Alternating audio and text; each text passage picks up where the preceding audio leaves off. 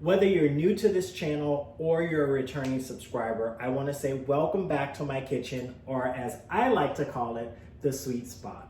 And if you've been watching my videos, you know where I'm going. If you're new, let me just explain all of my desserts, everything that I make, all of the flavors I choose are based on something, a flavor, a dessert that gives me a great memory, or it's the favorite thing of mine that's a guilty pleasure. And today is no different because I am making something based on a sweet treat I love to eat, which are turtles. The blend of that rich chocolate, pecans, and caramel are just like a song that has a sweet, sweet melody. And we're gonna do it today, but we're gonna put a twist on it because we're making a turtle cheesecake right here on the sweet spot.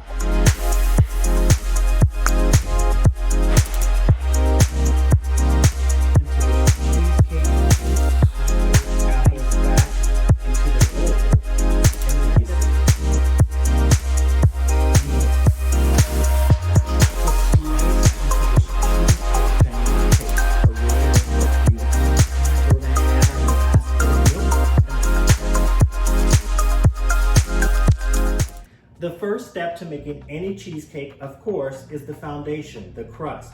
And we're gonna make a graham cracker chocolate crust. And it's gonna be my version. If you wanna do it quicker, you could use Oreo cookies, but I like the mix of that graham cracker, that nice crunch from it, the flavor mixed with chocolate. So here we go. It takes a lot of graham crackers. So I have 14 graham crackers here that I'm gonna add to my food processor. And you can break them up as you put them in, because we're gonna kind of grind these down to a nice crumb. Also, if you put them in whole, they might not all fit. So breaking them up helps you save room to get them all in there. So just breaking them up, putting them into my food processor now. So you just wanna put your top on, and we're just gonna pulse on high until we get a nice graham cracker crumb. All right, so I have a nice graham cracker crumb here. You could mix these two steps, the next step I'm about to do. I like to get my graham crackers nice and ground down before I add another ingredient, because I feel like having the graham crackers nice and ground down gives you a nice foundation.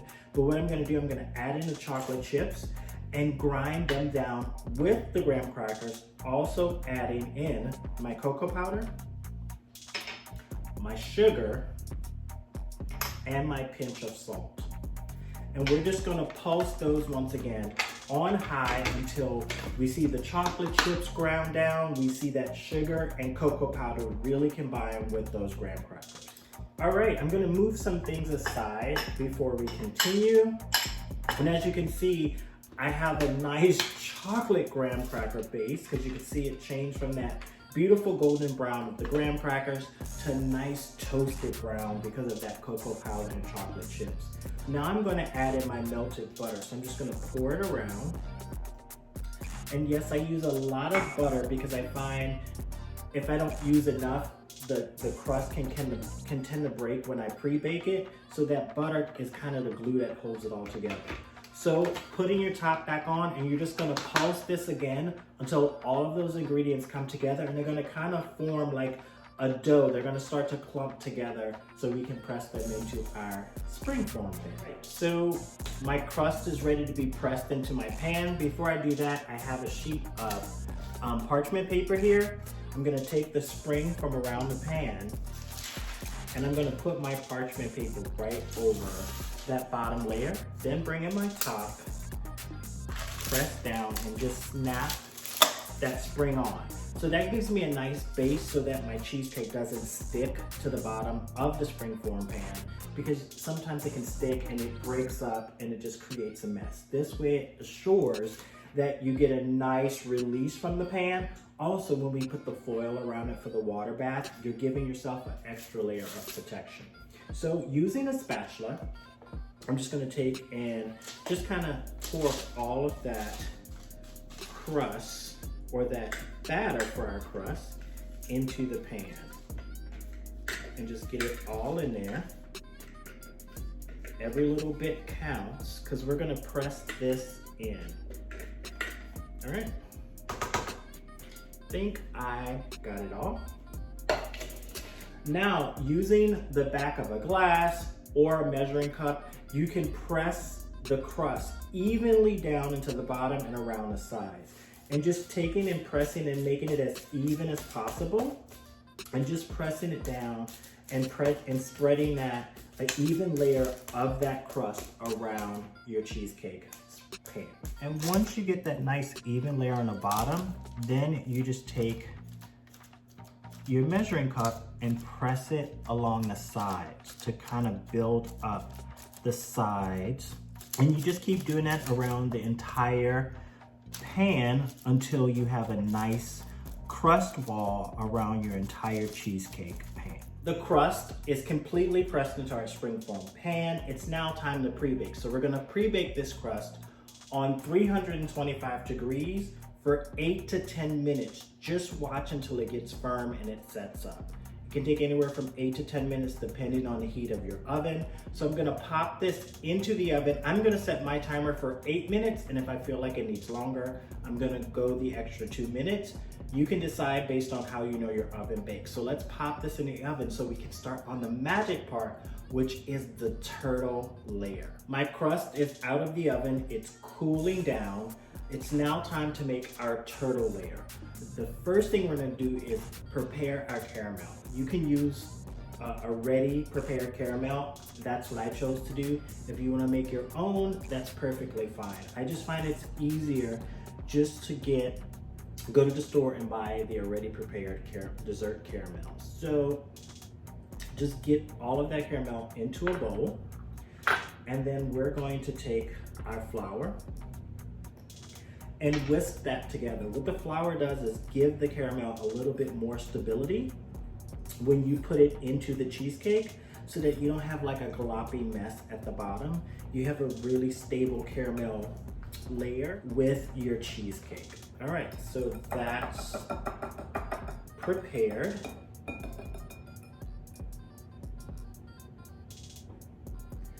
And what we're gonna do is take all of those pecans and pour it into that caramel layer, whisk them together, because this is gonna create kind of that turtle filling. And then we're gonna pour chocolate ganache on top. So before we get to that, I'm gonna give my crust a second or two to finish cooling down, and then we're gonna pour this caramel layer on. So I have my crust here, and I'm just gonna pour that caramel layer right on top. Just getting all of that into my pan. Smells so good. You can already smell that chocolate crust, and then this caramel. My mouth is already watering for this cheesecake. All right, and then what you're gonna do, once you get it in there, you're gonna spread it evenly across the bottom. I'm just taking my spatula and smoothing it out and creating a nice even layer of that turtle base, if you will, because you know turtles are caramel, pecans, all coated in a nice chocolate. Now that the caramel and pecan layer is finished, it's now time to do our chocolate layer. So I have my chocolate chips in a heat-proof bowl, and I have my heavy cream. I'm going to microwave the heavy cream in 30-second increments until it's nice and warm. You don't want to heat it until it's boiling, because it'll create a mess in your microwave. Really watch it. It'll probably be up to 60 seconds or maybe less, but really watch it. So that's why I do 30-second increments until it's nice and warm and I can see that there's a nice simmer on the top. So I'm gonna put this in the microwave, and then we're gonna mix our chocolate ganache. My heavy cream is at a simmer, so I'm going to add that to my chocolate chips and quickly whisk until they're all nice and melted. You wanna do it while that cream is really, really hot, because the chocolate chips are gonna bring down that temperature a bit. So just add them in there and whisk. The whisking makes sure the heat evenly distributes among those chips, and it creates a nice, smooth chocolate ganache. This ganache is a little bit thicker.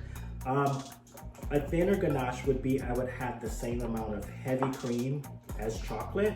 but as you know, I did the ratio off a little bit because I want my chocolate a little bit thicker because we're creating this nice thick chocolate layer in the cheesecake. All right, so my ganache is all ready. It's time to pour this over my caramel layer. I almost forgot what layer I'm talking about. It's time to pour this over the caramel and pecan layer. All right, so just taking all of that chocolate and just pouring it right into that pan, because we're gonna spread this nice and even over that caramel pecan layer. And I try to get as much of that chocolate in there as I can.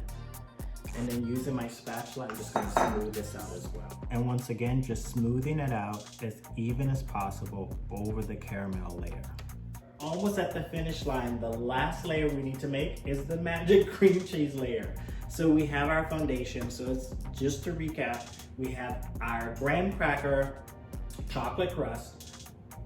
Then we have a layer of that caramel pecan, and then we have a layer of that chocolate ganache. And now we're gonna set a cream cheese layer on top. So of course, not cream cheese, cheesecake layer. The first thing we need to add is our cream cheese. Now it's time for cream cheese.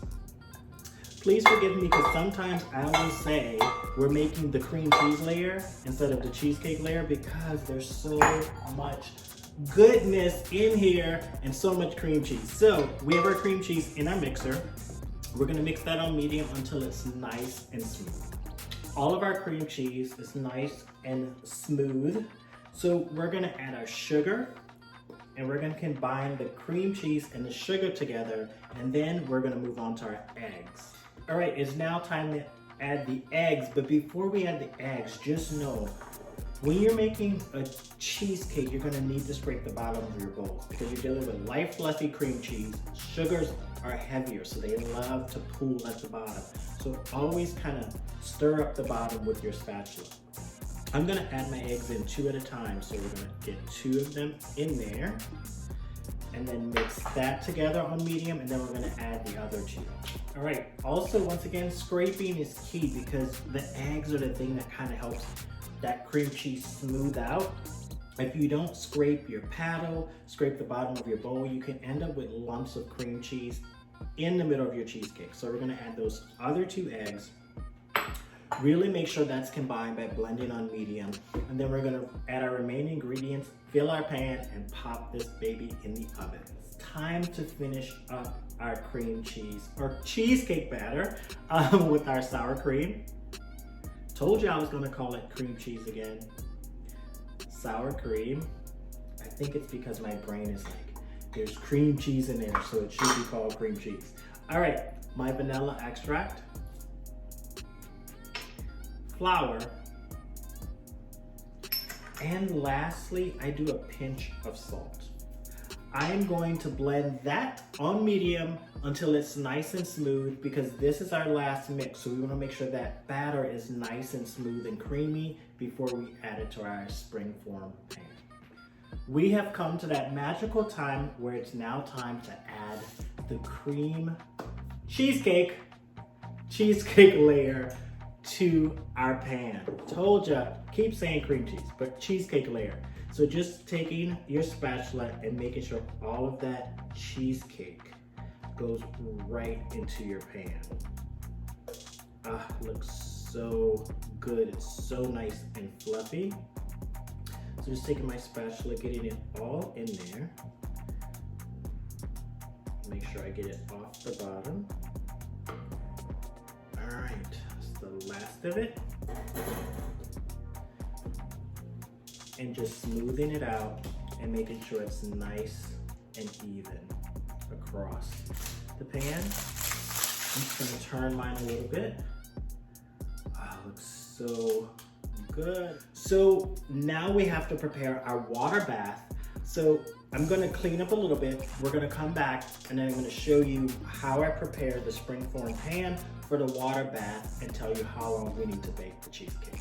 Now it's time to prepare our pan to go into a water bath. I use 4 sheets of foil because I want to really make sure it's watertight. I've had water get into a cheesecake before and it creates a soggy crust. and it's just not pretty. So I do a cross pattern. So there's 2 sheets at the bottom that are in cross, and then I do 2 in kind of an X pattern across the top. So it gives me full coverage.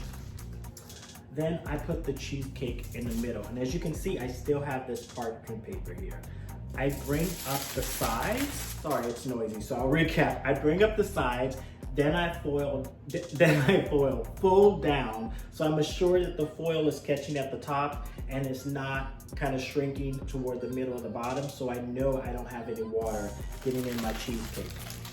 And I'm gonna do that around the entire cheesecake before we put it into this water bath. The last thing I did was I took my hands and really made sure I made the bottom of where the foil was and made sure it was molded as tight as possible to my pan.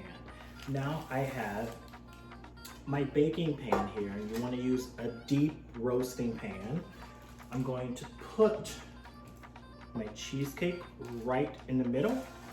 And I find this is easier. I find using hot water, it helps with the baking time because your water doesn't have to come to temperature for your cheesecake to start baking. If you use boiling water, that boil starts to happen immediately and the temperature stays even.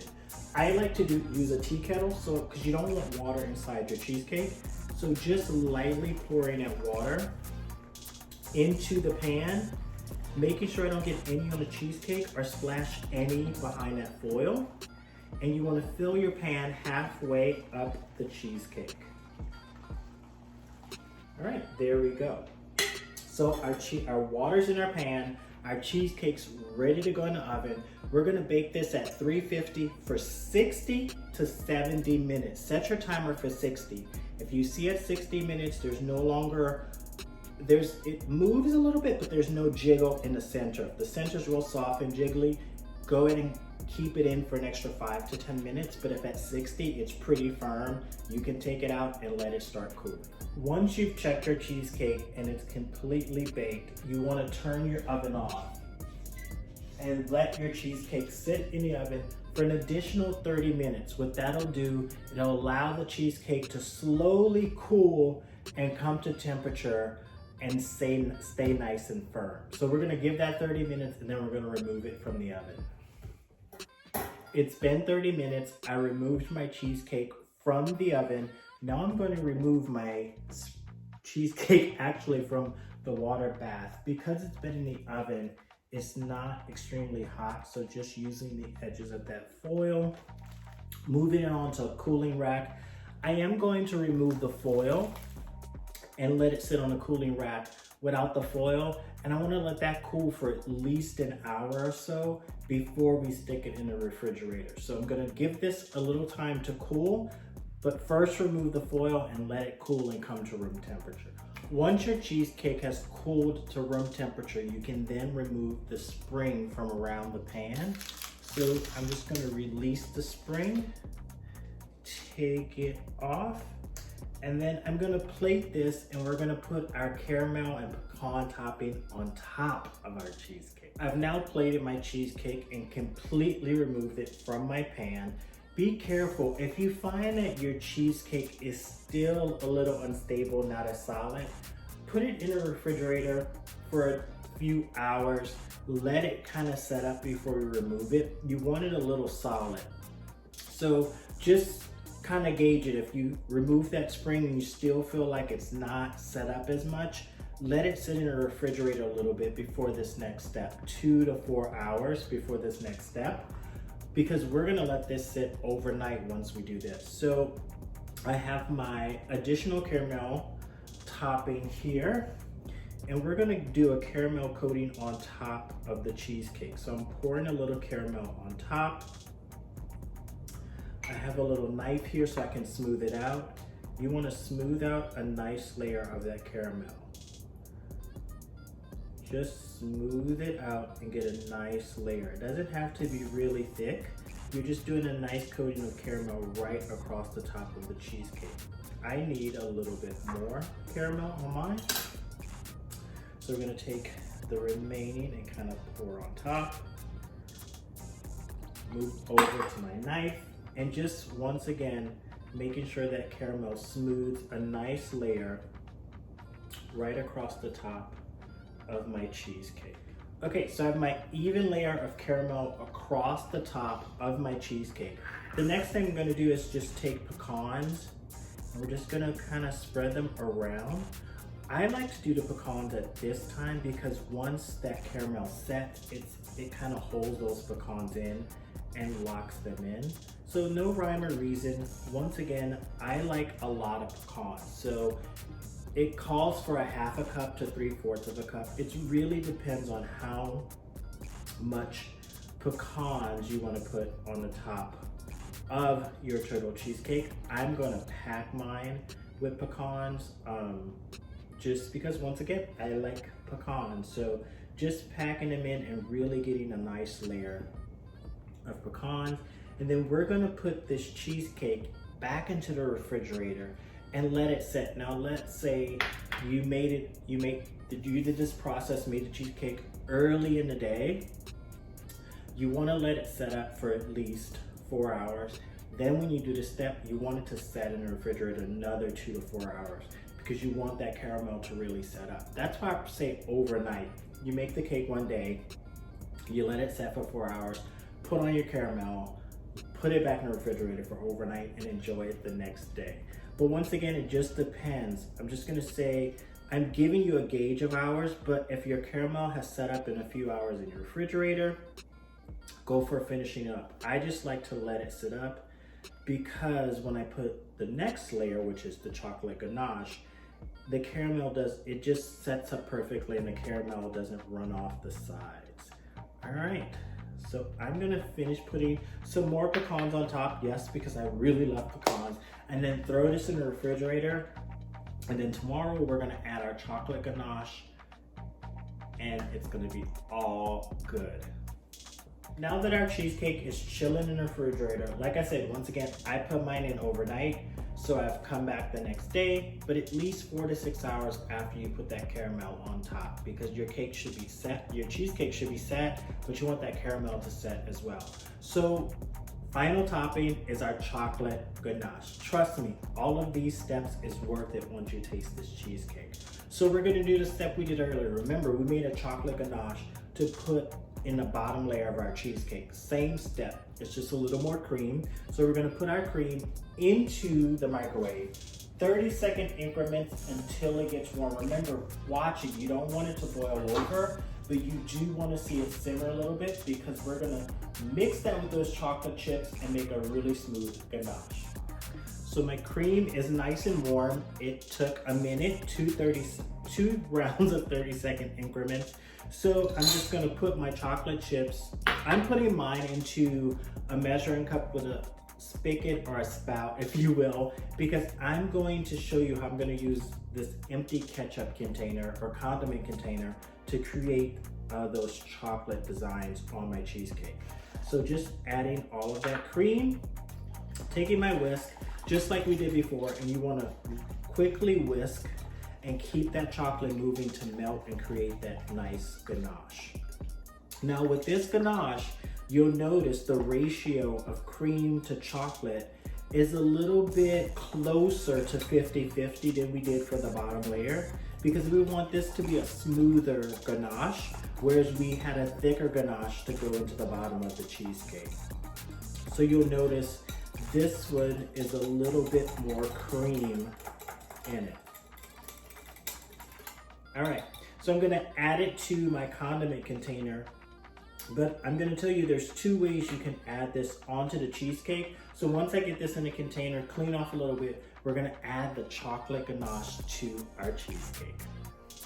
All right, so I took my cheesecake out of the refrigerator. We're now gonna add that chocolate ganache just right on top. And you'll see why I like to use a condiment container, because it creates it easy. You can actually just take a spoon and run the spoon across, because we're just gonna create like kind of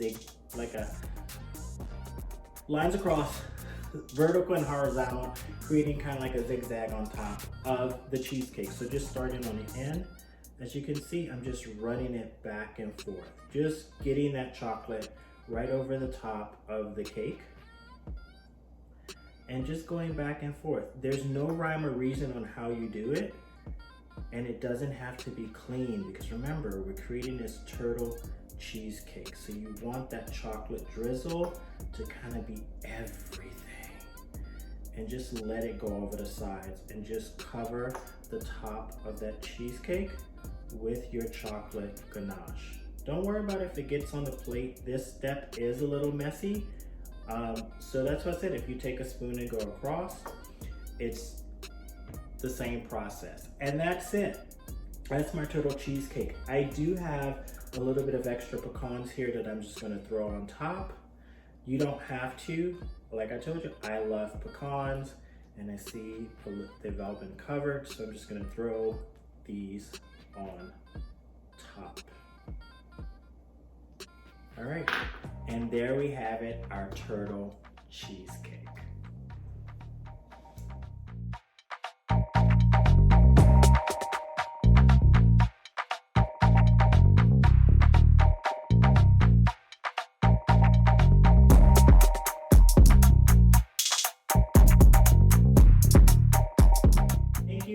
Thank you once again for tuning in and checking out one of my videos.